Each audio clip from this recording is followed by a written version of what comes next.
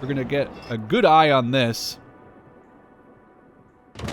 As you can see, pretty big explosion, multiple trees knocked down, but it's about the animation that I wanted to show to you. So in this shell, 600 millimeters gets loaded into the breach.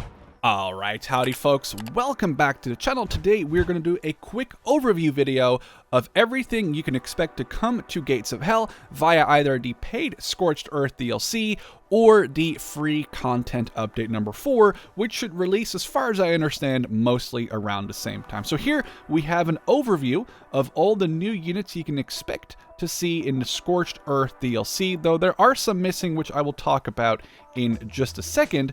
And then in the background, we actually have some of the free content update vehicles, which we'll also talk about in a second. So this will be added for free, and this will be part of the Scorched Earth DLC. Now, the Scorched Earth DLC comes with a bunch of units. It also comes with 8 missions for Soviet and for German missions, which I've actually already played some. You can find those linked below in my Gates of Hell playlist.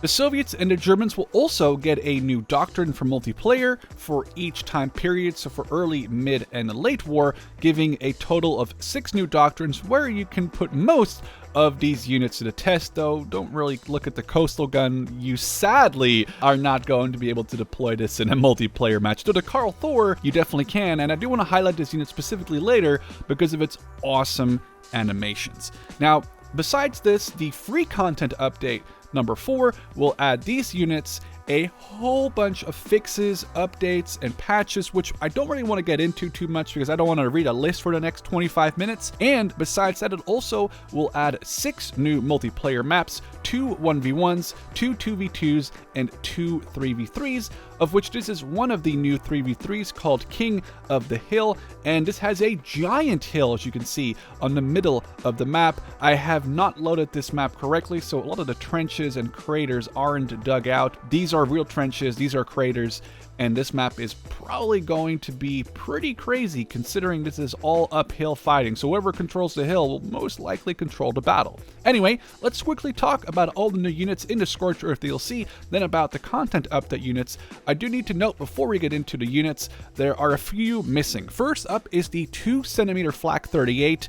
I don't have an actual model in my build, though here are a couple of pictures from it from the developers, so thank you for them to let me showcase you at least this new unit that's coming in the Scorched Earth DLC, as well as there are, as far as I understand, though I don't want to misrepresent the DLC, there are some new infantry skins or models or remodels going on that are also currently not in my build. And I guess last but not least, the very much awaited sound update or sound overhaul will not be coming with this update as it's still being heavily worked on, but that is something I'm very much looking forward to. Now the units, first up we have the German 88mm Pak 43, and interesting, this is a standalone anti-tank gun variant of the gun you would find on the Nashorn tank destroyer, on the Yak Panther, and it's the Pak version of the German KWK version, which is the gun you would find on the King Tiger, for example. Next up, we have the German 17cm K18 heavy mortar. As you can see, this is going to really blast away your opponents, but it kind of pales in comparison next to the 600mm Karl Thor. Now we're going to take a more in-depth look at the end of taking a look at all the units, because this one has some really unique animations which I'm actually super excited to showcase to you, but this thing is absolutely insane. Then again, this unit we can sadly not buy in multiplayer, but it is a coastal gun of 2 305mm guns, which I believe was actually a battleship turret that the Soviets then put into the fortresses at Sevastopol. You'll see this if you go into the German campaign and play the Sevastopol mission, which I do plan to have up on my channel at some point. But it looks to be an absolute grind, that mission, a very brutal mission. I want to upload some content of that soon. Then we have the Fiesler Stork or Storch FI-156. And this is actually a very interesting plane. In multiplayer and the support doctrine, you can call these in and it'll basically fly over and recon and give you line of sight. Interesting to note here is that this is the same plane that Otto Skorzeny used to rescue Mussolini. This plane only really holds 2 people, And when they threw Mussolini in with the pilot, Scorzeni really wanted to come along, and that actually really jeopardized the mission because there was a huge chance that that plane was not going to make it back to base. Then we have the Ostwind, which is a 37mm flak gun in a turret on top of a Panzer IV chassis. Then we have its brother, the Wirbelwind. You can actually see this in action in my latest Gates of Hell DLC video, which is a quad 20mm on the same chassis as the Panzer IV Ostwind. Then we have the Grill Ausführung K, which is equipped with a SIG 150mm assault gun on a Panzer 38 chassis. Should be a very nice unit to use against entrenched enemy positions. Moving on, we have the IS-2 M1945, and the main thing here to note is the Berlin stripes, which I believe were quickly painted on air identification stripes to hopefully stop Allied fighter bombers from targeting these tanks. These stripes were mostly used in the battle for Berlin. Moving on to the very awe-inspiring Jagdtiger with a 12.8 centimeter Pak 44 gun. I'm always a little weary about using a Jagdtiger in games like Men of War, so I would also be a little weary about using it in Gates of Hell, because the second this thing gets tracked, you're kind of screwed, and there's a lot of artillery that'll be able to track the Jagdtiger. Then we have the KV-8. I did talk about this in my video where I showcased the initial reveal of the DLC. It's a KV-1, but they replaced a coaxial machine gun with a flamethrower. Now, the interesting thing to note here is that the flamethrower is rather big inside the turret. So what they did, they took the 76mm gun out and they replaced it with a 45mm gun, but they left the 76mm barrel. You can actually see it right here. You can see the 45mm inside a 76mm barrel, with the idea being that from a distance, it's very hard to distinguish a KV-1 from a KV-8 with a flamethrower. Then we have the Su-26, which actually both these machine guns can be operated as just a little bit of an assault gun version. I guess it's the discount version of the Grill K. It's smaller gun, way smaller chassis, but it's very good in a pinch, especially also equipped with 2 machine guns for close offensive support. Then we have the Su-85M, which is basically, as far as I understand, an Su-100 with an 85mm gun, a different cupola, I think also a better manlet, and as far as I understand, it also carries a different round, and I believe this may be an APCR round of some sort, which should help against heavier armored German equipment. Then we have the 234-3, which is also known as the Stummel or Stummy. It's a short barrel 75mm gun on a 234. Then we have the grown-up version in the 234-4, which is a Pak 40 in the same chassis. Obviously very mobile, very capable of flanking Soviet or enemy vehicles, and then him getting in the flank and getting out of there in a pinch.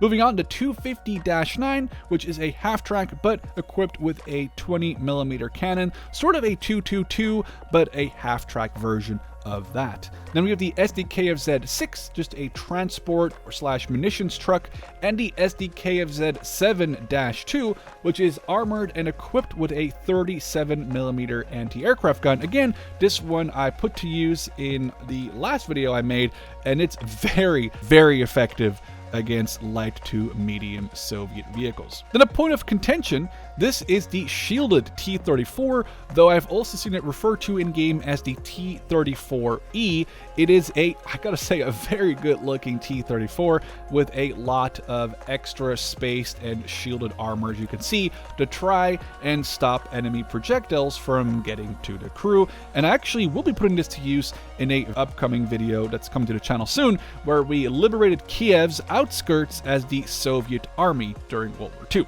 This is probably where I'm really excited for. The T-34-85 here with its Berlin stripes and Berlin anti-Panzerfaust cages.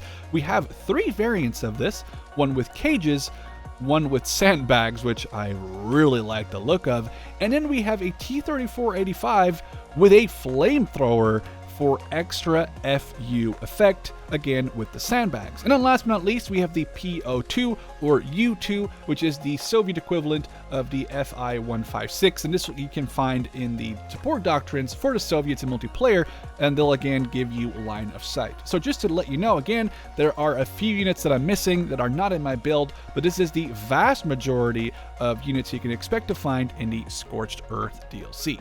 Now moving on to the free content update number 4, the Pak 97-38 is a very interesting weapon, and I could talk about this forever, but what you really have to know, it's the chassis of a German Pak 38, it's a Solothurn muzzle brake, and a French modeled 1897 actual barrel. Now what you got to keep in mind is that this has very low velocity, and the Germans figured if we fire heat shells out of this thing, the velocity won't really matter. So this thing is actually pretty good against medium to heavy vehicles as long as you get a relatively flat side to shoot at with your heat shells.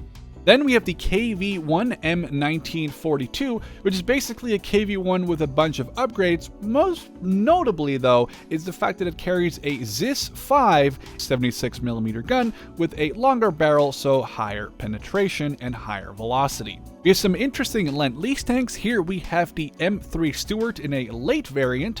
We have a Sherman M4A2 in its late variant, and we have a Sherman M4A2 76W in its early variant. Of course, all of these will most likely see action in a upcoming American or British add-on, but for now they are given to the Soviets as part of the Lend-Lease project. Besides the Berlin T-34-85s, we also have a regular T-34-85 with a flamethrower instead of a machine gun. We have a 234-1, which is the same as the 234-3 and 4. However, the guns make way for a 20mm turret. The 250-1 is a smaller half-track. The 250-9 is the one with the 20mm gun on top, but this is a smaller half-track for small assault teams with 2 machine guns and a max crew capacity of 6.